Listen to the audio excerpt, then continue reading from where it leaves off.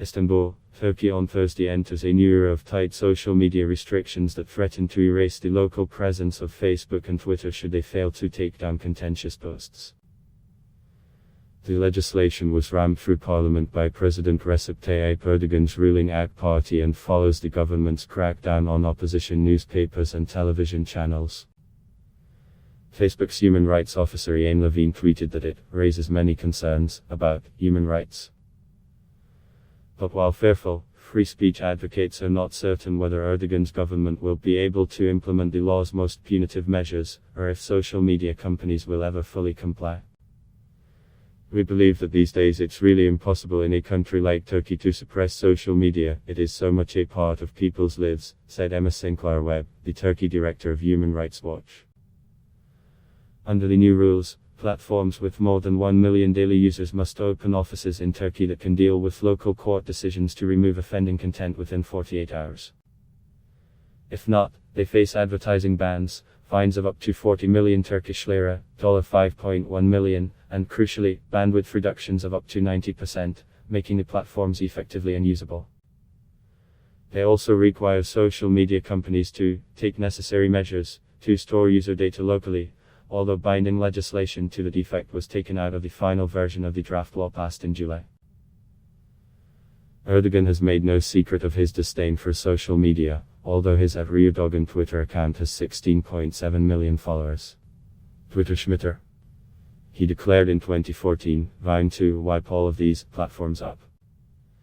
He followed through on his threat by briefly unplugging Twitter and YouTube ahead of local elections later that year, which came during an online audio tape scandal implicating his inner circle in an alleged corruption scandal.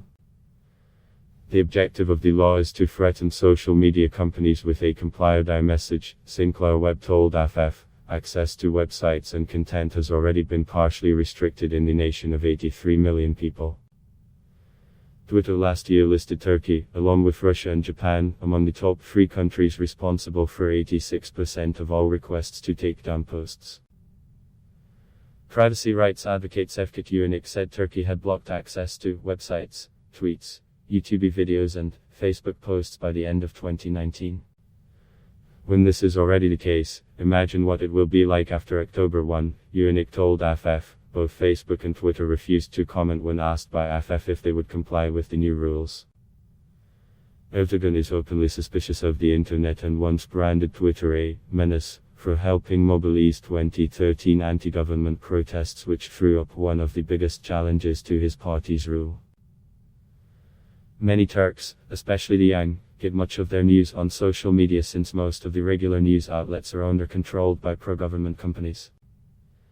There are a lot of cases of domestic violence against women and murders that we don't see on TV, is Nur Akuz, a model and self-described influencer with Instagram followers, told AFF. News about them spreads on social media in 5 minutes.